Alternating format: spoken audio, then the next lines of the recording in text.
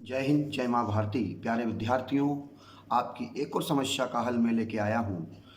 आज मैं आप लोगों को हिंदी का पेपर समझाऊंगा कि हिंदी के पेपर में हम किस प्रकार से अच्छे अंक ला सकते हैं, कि हिंदी के पेपर में हम अच्छे से अच्छे नंबर कैसे लाएं। तो इसके लिए मैं आप लोगों को हिंदी का एक प्रश्न पत्र और हिंदी के अति महत्वपूर्ण जो कि आपके एग्ज़ाम में आने वाले हैं उन ऑब्जेक्टिव को लेके आया हूँ। अगर आप इस वीडियो को पूरा देखते हैं, लाइक करते हैं, कमेंट्स करते हैं, शेयर करते हैं, तो आने वाले समय में और आपको जो मैं हिंदी के नए नए वीडियो बनाऊंगा वो भी आपको प्राप्त होते रहेंगे, जिससे आपके हिंदी में अच्छे से अच्छे नंबर आ सकते हैं। हिंदी बहुत बच्चे सोचते हैं कि हिंदी क्या है बेटा, हिंदी आपके बिंदी लगाती है, जानते ही हो आप लोग, है ना। तो हिंदी में अगर थोड़ी सी भी मेहनत कर ली आपने तो बहुत अच्छे नंबर आपके आ सकते हैं। हिंदी का प्रश्न पत्र किस प्रकार का होता है थोड़ा सा समझाना चाहूँगा आपको मैं।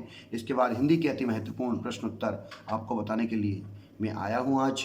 मेरे इस चैनल पर आप नए हैं तो आप इसको लाइक कीजिए, कमेंट्स कीजिए, सब्सक्राइब कीजिए, ताकि आपको नए नए वीडियो हमेशा प्राप्त होते रहें। जय हिंद, जय माँ भारती। चलिए देखिए आप लोग, पेपर कैसा आता है। इसमें देखो प्रश्न होते हैं बेटा, सभी प्रश्न हल करना अनिवार्य होते हैं। 1 से 5 जो प्रश्न होते हैं वस्तुनिष्ठ होते हैं, जो 32 अंक के होते हैं। इसके अलावा प्रश्न क्रमांक 6 से 15 तक 2 अंक के होते हैं, जिनके 30 अंक 30 शब्दों में लिखना होता है। 16 से 19 3 अंक के होते हैं। शब्द सीमा लगभग इनकी 75 शब्द की होती है। प्रश्न क्रमांक 20 से 23 4 अंक के होते हैं, जो 120 सीमा होती है इनकी, जैसे आम पेपर की होती है। चलिए हम बात करते हैं। पहले आपके आएंगे सही विकल्प। सही विकल्प में आप लोगों को 4 ऑप्शन दिए होंगे, कोई सा आपको एक ऑप्शन सही करना होगा। फिर रिक्त स्थान, है ना, पूर्ति कीजिए, ये आएगा आपका। इसमें आपकी ग्रामर, आपके पार्ट में से प्रश्नोत्तर बनते हैं। सही जोड़ी मिलान करना, ये प्रश्न आएगा आपका। इसके आप निम्न प्रश्नों के उत्तर दीजिए, है ना, एक वाक्य में। जैसे कि क्वेश्चन आएंगे आपके, राजभाषा से आप क्या समझते हो, कविता का पहला उपकरण क्या है, यशोधर बाबू ने मैट्रिक की परीक्षा किस स्कूल से पास की थी, मैं पढ़ लिख कर बाकी बनूंगा, अछूतों के लिए कानून बनाऊंगा और अछूतों को खत्म करूंगा, कथन किसका है, कविता पंख लगाकर कहाँ कहाँ उड़ सकती है, राजा ने लुट्टन से क्या कहा, महाकाव्य में किन किन महाकाव्य में बात करें हम किन किन रसों की प्रधानता होती है। सत्य असत्य वाला बनता है फिर आपका क्वेश्चन। इसी प्रकार से आपका क्वेश्चन बनता है अगला कि भक्ति अपना वास्तविक नाम लोगों से क्यों छुपाती थी। ये आपका मॉडल पेपर है, इस प्रकार के क्वेश्चन बनते हैं आपके। इसके बाद हम मॉडल पेपर की बात करें, शुरुआत से प्रश्न आपके जो प्रश्न पत्र है वो इस प्रकार का है। मॉडल पेपर भी आप लोग कम से कम पढ़ के जाना आप लोग, है ना। जैसे प्रश्न बनता है आपका, भक्ति सेवा धर्म में स्पर्धा करती थी, राम से, कृष्ण से, हनुमान से, लक्ष्मी से, तो किससे करती थी, है ना। आपको इसका आंसर देना है।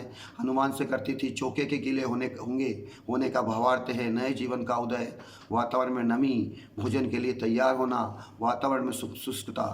तो क्या है, वातावरण में चौके के गीले होने का अर्थ है ना, क्या होगा भाई बताइए आप, इसमें से नए जीवन का उदय होना, है ना। इसे आप सभी प्रश्नों को आप लोग, इनमें आप लोग मॉडल पेपर को भी देख के जाएं, समझ के जाएं आप लोग। आइए मैंने आप लोगों को बताए मुख्य रूप से एक वाक्य में उत्तर। इसके बाद हम आगे चलते हैं किस प्रकार क्वेश्चन बनते हैं। तो भक्ति ने अपना वास्तविक नाम लोगों से क्यों छुपाती थी, ऐसे क्वेश्चन बनेंगे।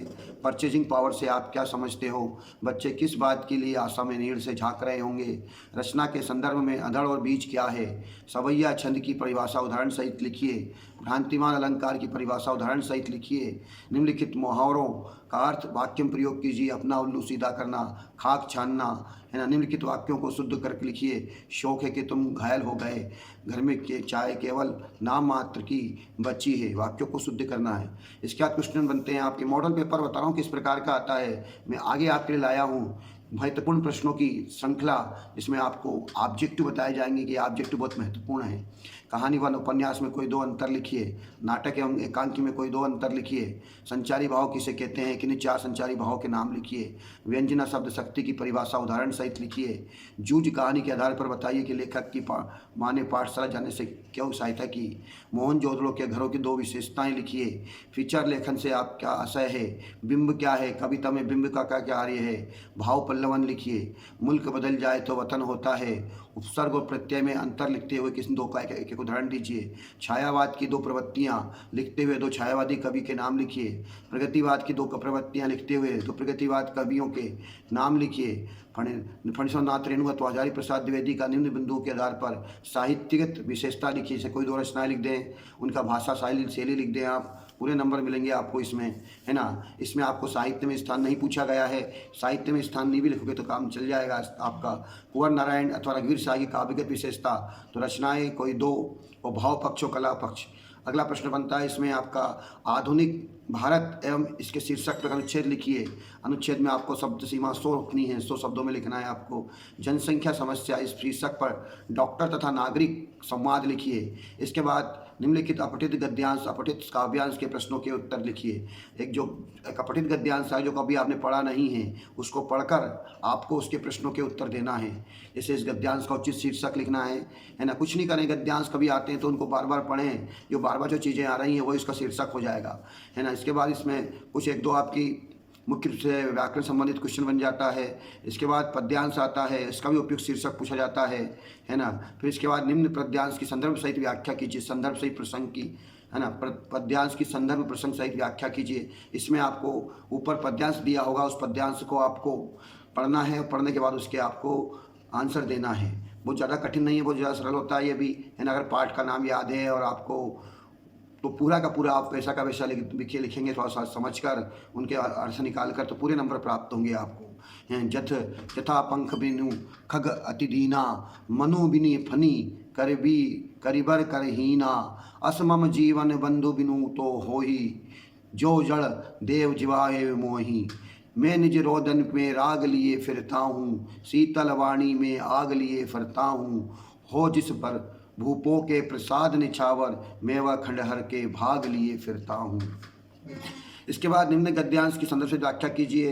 मैं प्रायः सोचती हूँ कि जब ऐसा बुलावा आप पहुँचेगा न वो आएगा आपका। इसके बाद उत्तर पुस्तिका में पुनर्मूल्यांकन हेतु सचिव माध्यमिक शिक्षा मंडल भोपाल का आवेदन पत्र लिखिए। ये अपने मित्र को हायर सेकेंडरी परीक्षा में प्रथम श्रेणी में उत्तीर्ण होने पर बधाई पत्र लिखिए। ये सभी आपको अपने नोट्स में, हमारे नोट्स में, साउथ सर नोट्स में मिल जाते हैं, और जल्दी ही मैं इनके आंसर भी लेकर आपके लिए लेकर आऊँगा अगले भाग में, ताकि आपको इनके आंसर भी प्राप्त हो जाए, है ना। किसी एक विषय पर निबंध लिखे तो कोरोना, स्वच्छ भारत अभियान, जीवन में कंप्यूटर की आवश्यकता, उत्तम विद्यार्थी, उन्नत बालिका शिक्षा का महत्व, यही आपका पूरा प्रश्न पत्र होता है। ये मैंने प्रश्न पत्र बताया किस प्रकार का 12th क्लास में प्रश्न पत्र आता है और कैसे हम हल करें। बिल्कुल टेंशन नहीं लेने का।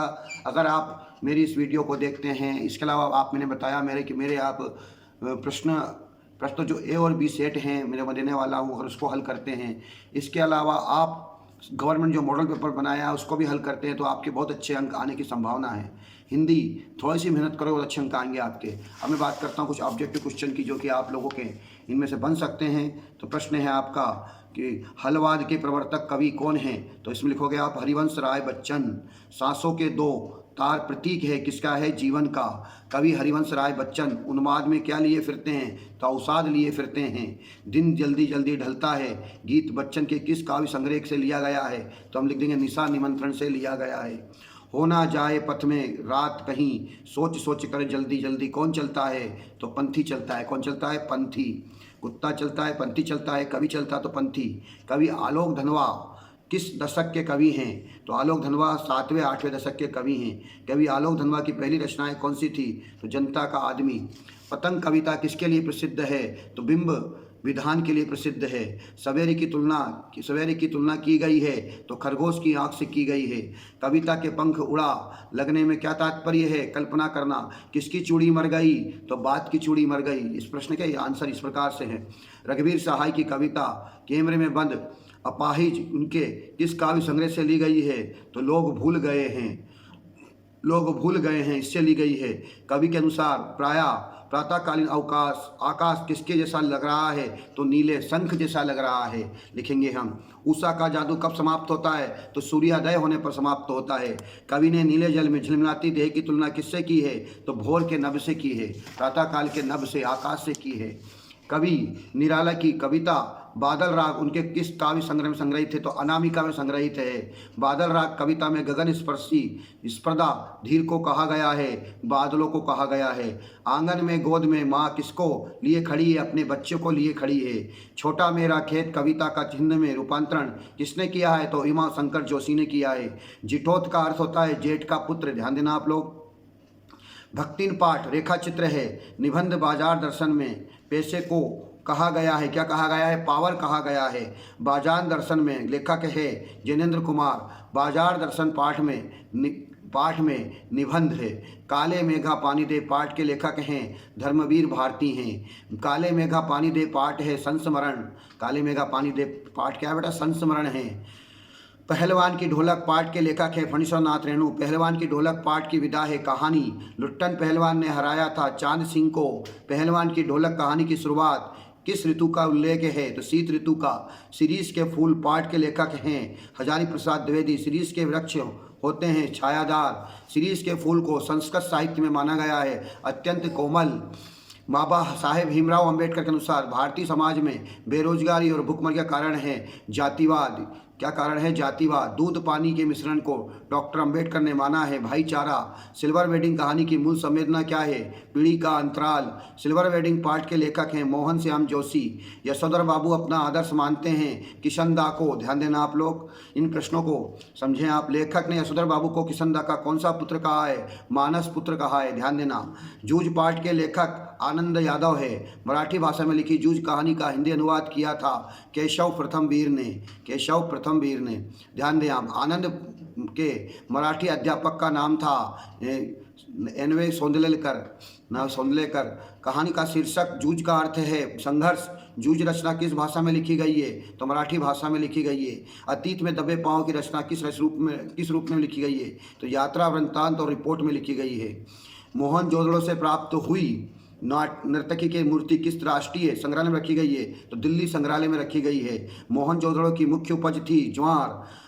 अतीत में दबे पांव पाठ के आधार पर कोठार किसके काम आता होगा, तो पानी जमा करने के लिए, सुरक्षा के लिए, धन जमा करने के लिए, अनाज जमा करने के लिए, पानी जमा करने के लिए। अतीत में दबे पांव के आधार पर है ना, पाठ के आधार पर कोठार किसके काम आता होगा, तो इसका सही आंसर होगा आपको अनाज जमा करने के लिए। सही आंसर करते जाएं आप लोग, है ना।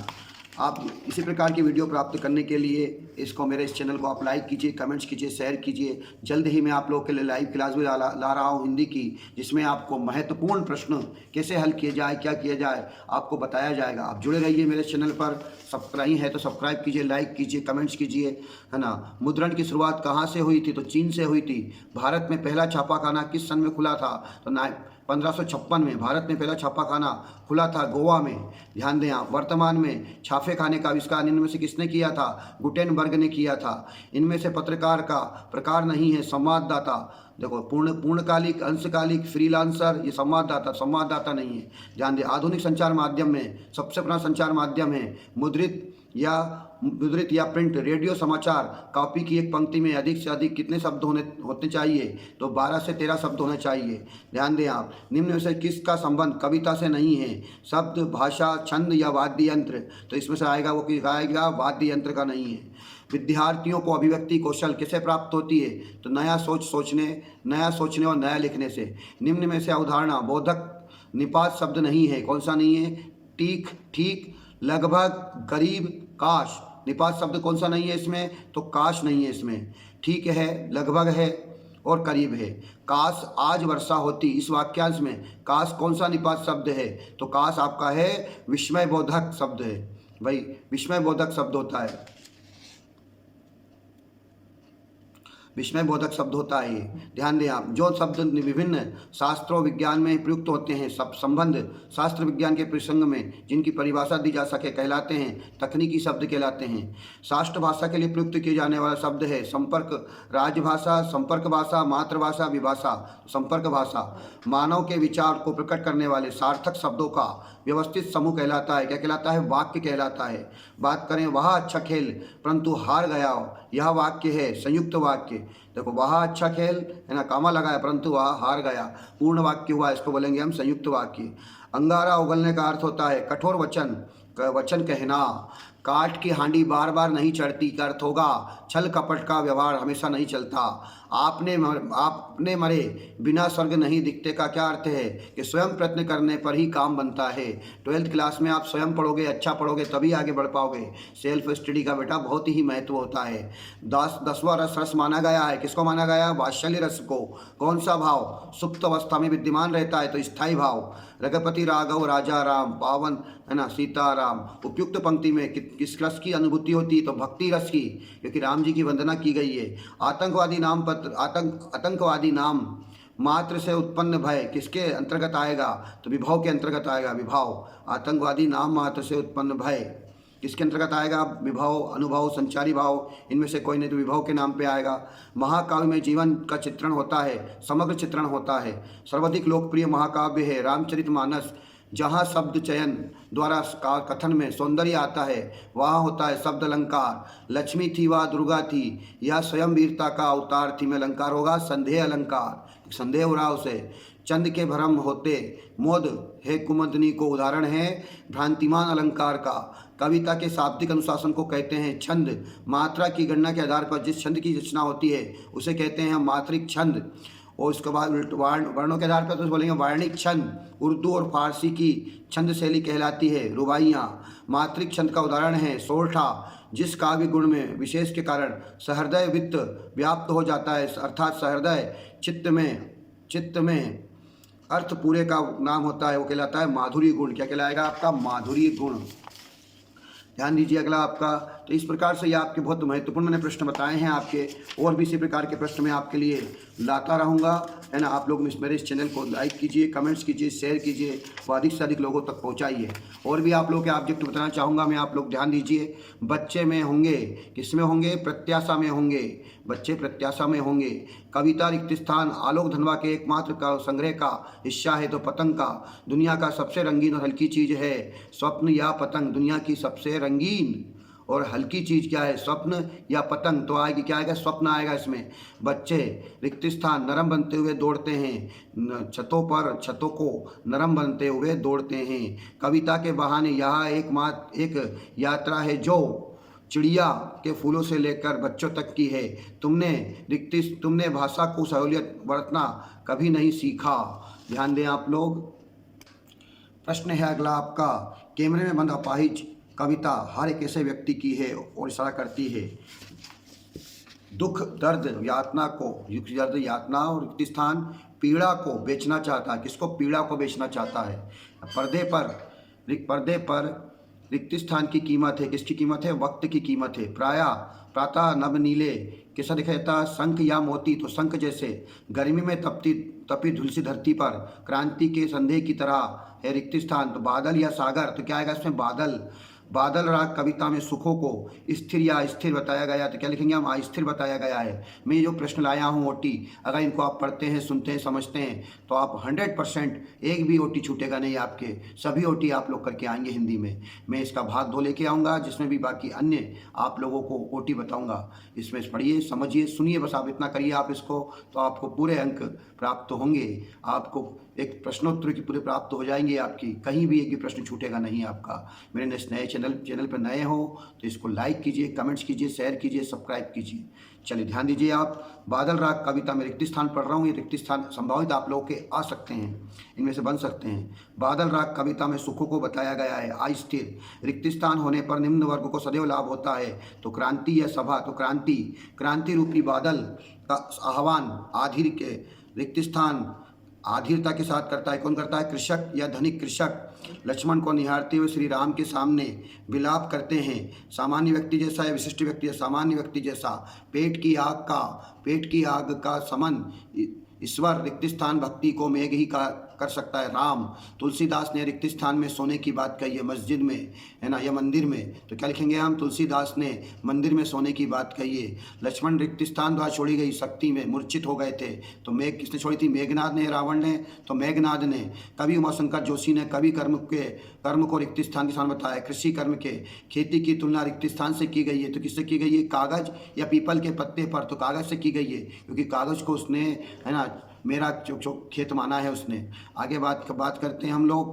प्रश्न है आकाश में रिक्त स्थान पंक्तिबद्ध होकर उड़ रहे थे हंस या बगुले। बगुले नाम पंख नामक कविता से लिया गया बेटा। ये भक्तिन का गोना रिक्त स्थान वर्ष की उम्र में हुआ था। 9 वर्ष की। भक्तिन का गोना 9 वर्ष की अवस्था में हुआ था। मेरे भ्रमण की एकांत साथनी रिक्त स्थान ही रही है।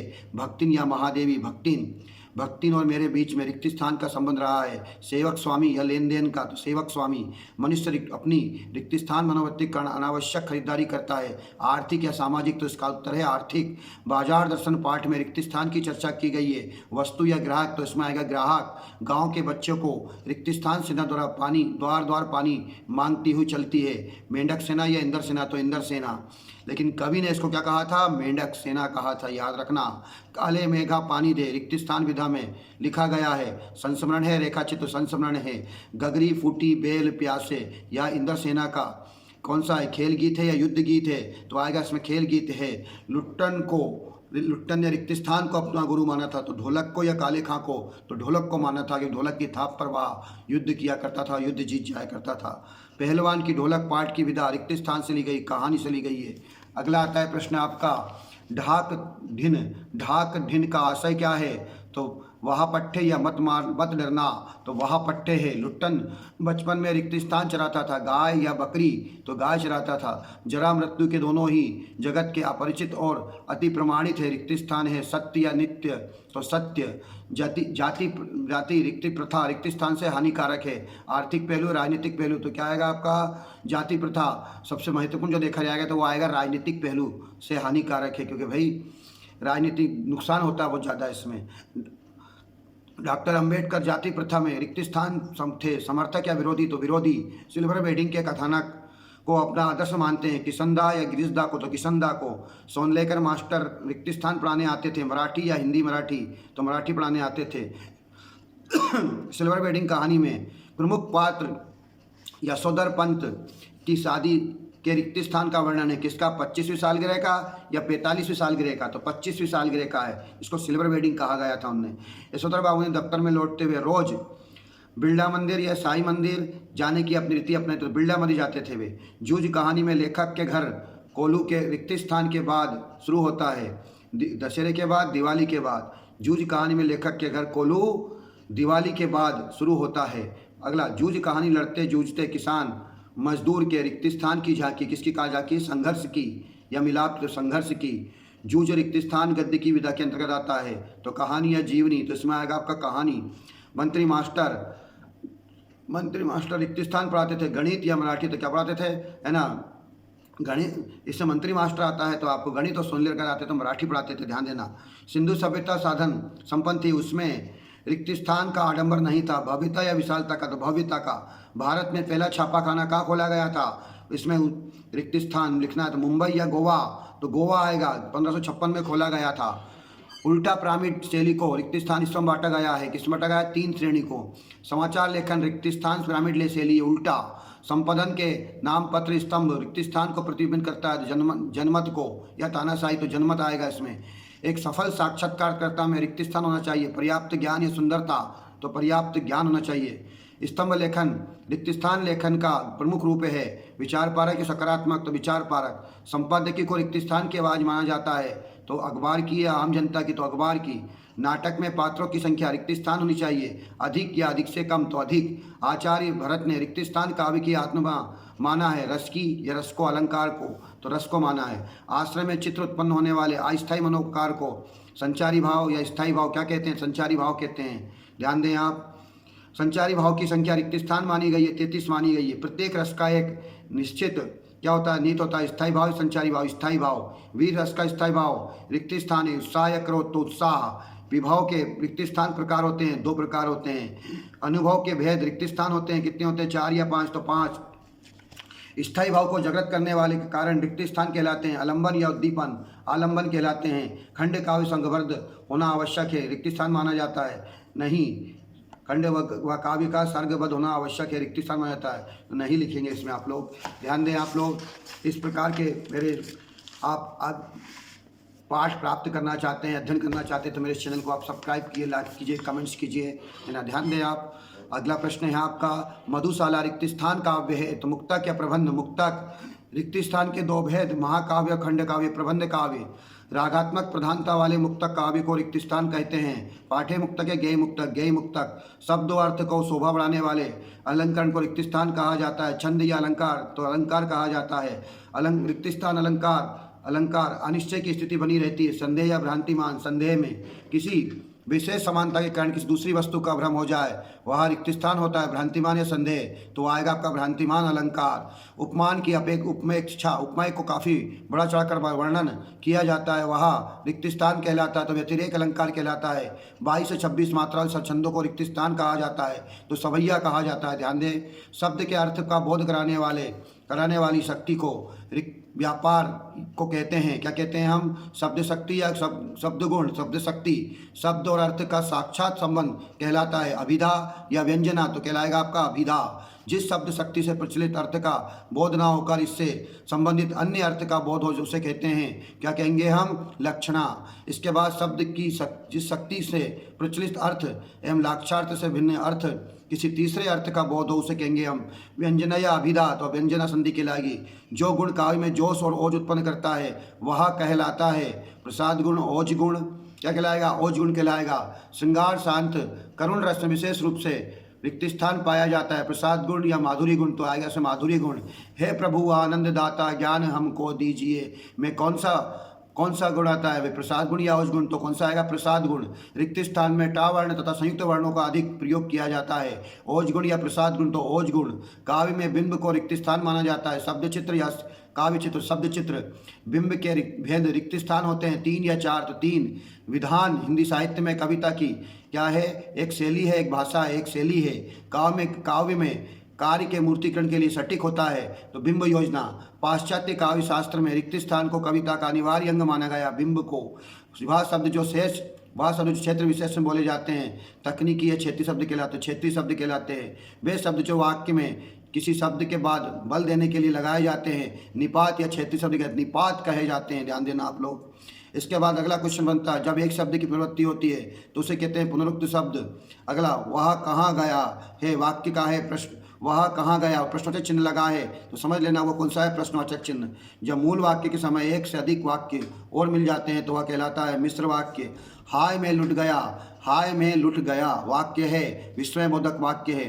लोक प्रसिद्ध उक्ति है ना, कहलाती है, क्या कहलाती है? लोकोक्ति या मोहरी, जो लोकोक्ति कहलाती है। अगले कुछ इसके अतिरिक्त में और भी आप लोग भाग 2 में ऑब्जेक्टिव लाऊंगा और समझाऊंगा कि किस प्रकार से आप हिंदी में अच्छे से अच्छा प्राप्त करते हैं। आप नए हैं तो मेरे चैनल को सब्सक्राइब कीजिए, लाइक कीजिए, कमेंट्स कीजिए। मेरा आपसे यही कहना है बेटा। जय हिंद, जय माँ भारती। फिर आप नए भाग में मिलते हैं। मैं आपके लिए सभी हिंदी, इंग्लिश, अर्थशास्त्र, राजनीति शास्त्र सभी प्रकार के इस प्रकार से वीडियो लेके आऊँगा और लाइव क्लास भी लेके आ रहा हूँ। आप सभी को जय हिंद। पूरा वीडियो अंत तक देखने के लिए